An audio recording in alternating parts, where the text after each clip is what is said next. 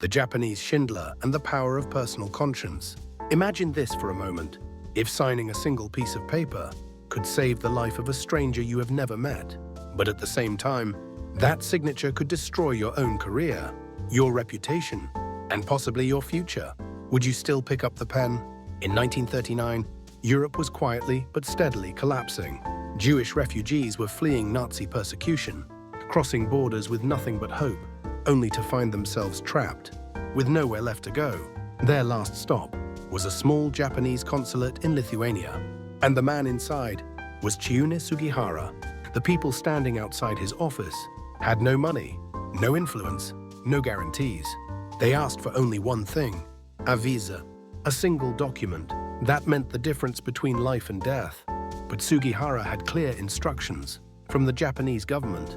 Do not issue visas to those who do not meet the official requirements. As a diplomat, following orders was his duty. Sugihara sent telegram after telegram to Tokyo. There are people here whose lives are in danger. Is there any exception?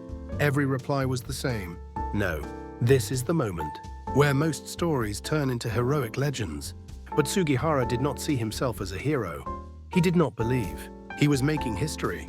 Instead, he asked himself a single question: if I turn away people who are suffering right in front of me, can I still call myself human? And so he made his decision. Defying orders, without official approval, Sugihara began issuing visas to Jewish refugees. He wrote for more than 18 hours a day. His hand swelled. His writing became unsteady.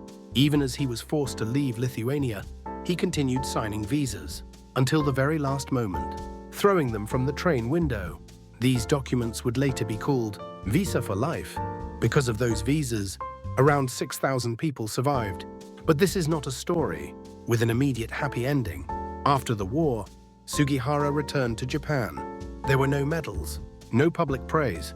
Instead, he was forced out of the foreign ministry, unofficially punished for disobeying orders. For years, his actions were ignored. He lived quietly, far from the spotlight, the silence of a true hero. Sugihara never bragged. He never justified himself. He never demanded recognition, because to him, what he did was not extraordinary. It was simply the right thing to do. Decades later, Sugihara's name finally returned to the world, not because he searched for fame, but because the people he saved searched for him. They asked a simple question: who was the Japanese man who gave us those visas?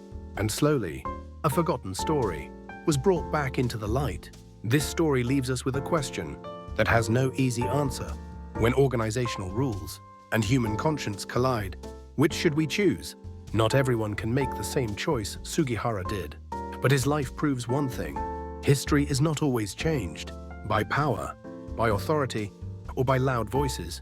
Sometimes it is changed by a quiet decision made by one ordinary human being. If this story leaves you with even a small question in your heart, then Chiune Sugihara is still speaking to us today.